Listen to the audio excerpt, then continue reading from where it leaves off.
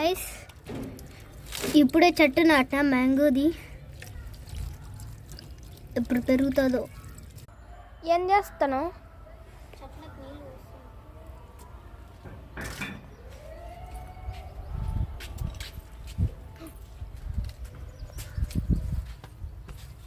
ఈడుంది ఇత్తనం.